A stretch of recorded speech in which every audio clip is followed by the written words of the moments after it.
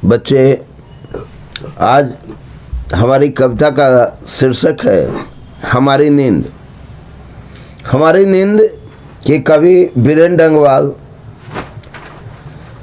ये प्रमुख समकालीन कवि बीरेन डंगवाल का जन्म 5 अगस्त 1947 ईस्वी में कीर्तिनगर टिहरी गढ़वाल उत्तरांचल में हुआ। मुजफ्फरनगर, सहारनपुर, कानपुर, बरेली, नैनीताल में शुरुआती शिक्षा प्राप्त करने के बाद डंगवाल जी ने इलाहाबाद विश्वविद्यालय से एमए किया और यहीं से आधुनिक हिंदी कविता के मिथकों और प्रतीकों पर डीलिट की उपाधि पाई।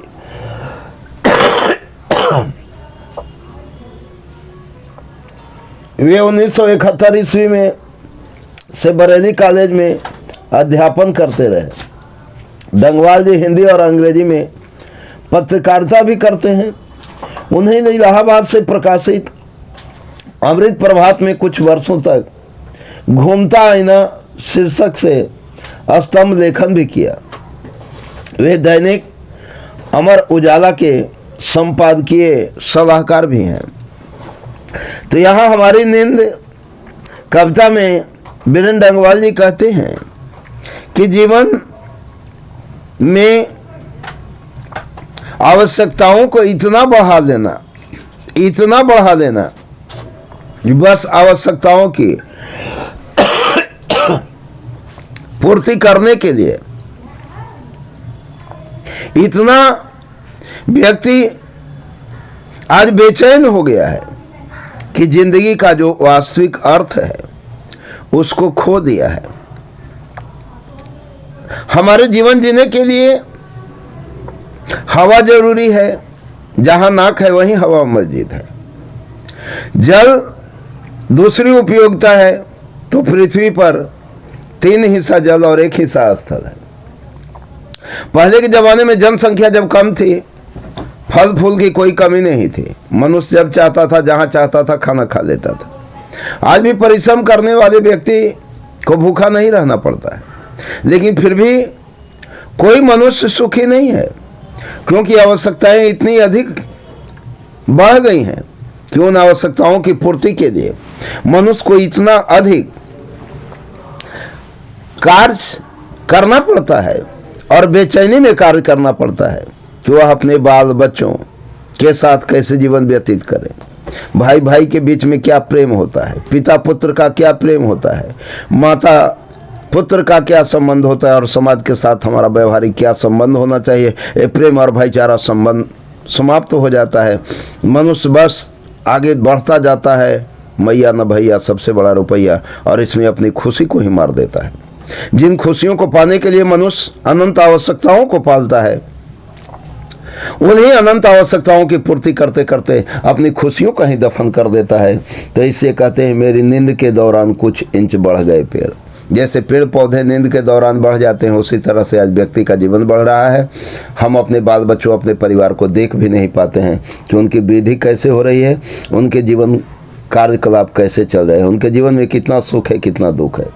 जिस तरह कुछ शुद्ध पौधे अंकुर ने अपने नाम मात्र कोमल सिंहों से धकेलना शुरू की, धकेल करके जबरन धक्का मार के अगर बीज को ऊपर उठाया जाए तो वह पौधा विशालकाय नहीं हो जाता है।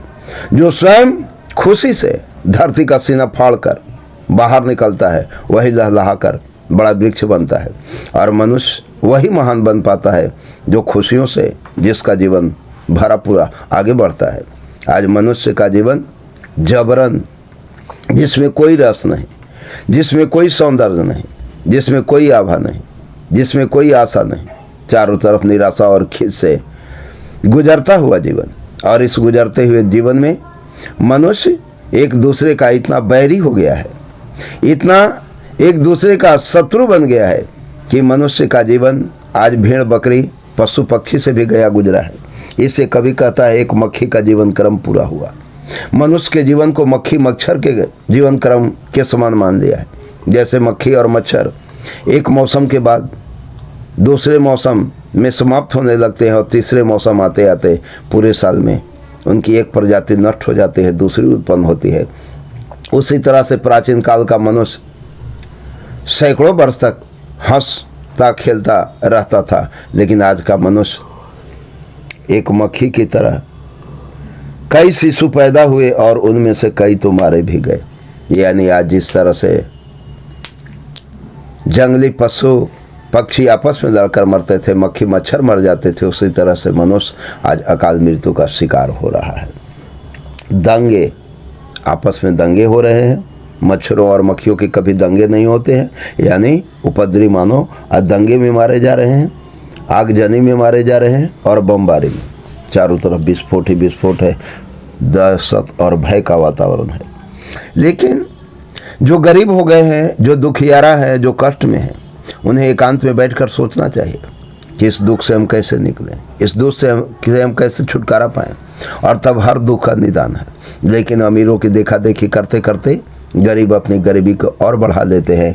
इसलिए क्या करते हैं, गरीब बस्तियों में भी धमाके से हुआ देवी जागरण लाउड स्पीकर पर शोर शराबे से हमारी साधना भंग होती है, और गरीब लोग भी उत्सव मनाते हैं, धूम धमाका करते हैं और सोचते हैं हम अमीरों की बराबरी कर रहे हैं, हम खुशी मना रहे हैं, बल्कि उनका कष्ट और बढ़ जाता है। यानी साधन तो सभी जुटा लिए हैं अत्याचारियों ने, यानी विज्ञान ने बहुत से साधनों का आविष्कार कर दिया, लेकिन उनका प्रयोग नहीं हो रहा है। मगर जीवन हठीला फिर भी, क्योंकि जीवन से आनंद समाप्त हो गया है, बढ़ता ही जाता है आगे हमारी नींद के बावजूद। जैसे हमारी नींद में अचेतन अवस्था में हम सोए हुए रहते हैं और क्या अच्छा और क्या बुरा घटित हो रहा है जीवन पर, उसका कोई प्रभाव नहीं पड़ता है, सुख दुख का आनंद नहीं उत्पन्न होता है। उसी तरह से आज की भाग दौड़ में आपाधापी में मनुष्य इतना बेचैन हो गया है कि मनुष्य के जीवन का सच्चा सुख और आनंद समाप्त हो गया है। मनुष्य मात्र जी रहा है, और लोग भी हैं, कई लोग हैं अभी भी जो भूले नहीं करना साफ और मजबूत इनकार। अतः इस पश्चिमी सभ्यता और संस्कृति को हमें लात मार देना चाहिए, ठोकर मार देना चाहिए, और हमारी महान सभ्यता और हमारी जो महान संस्कृति है, जो भाईचारे और प्रेम से सराबोर कर जीवन जीने की कला सिखाती है, उसे अपनाने की आवश्यकता है। लेकिन आज के मूर्ख मनुष्य, आज के मूर्ख भारतीय पश्चिमी प्रवृत्ति में ही विलासिता के गोद में ऐसे सो गए हैं, लगता है उनको स्वर्ग का सुख मिल रहा है, लेकिन वह स्वर्ग नहीं है, वह तो नरक से भी बदतर कष्ट है। वह विलासी व्यक्ति कभी भी सुख नहीं प्राप्त कर सकता है। वीर वसुंधरा भोगस्य, हमारी संस्कृति में जितने महान वीर हुए हैं, उन्होंने इस वसुंधरा धरती का सुख प्राप्त किया है, और सच्चा सुख वही प्राप्त कर सकता है जो व्यक्ति संयमी हो, मर्यादित हो, और संयम और मर्यादा की संस्कृति हमारी भारत भूमि सिखाती है। इससे कवि कहता है कि अब तो हम दुखों से पार पाना चाहते हैं, तो हम भारतीयों को पश्चिमी संस्कार और पश्चिमी संस्कृति को भुलाकर अपने भारत की महान सभ्यता और संस्कृति को अपना लेना चाहिए।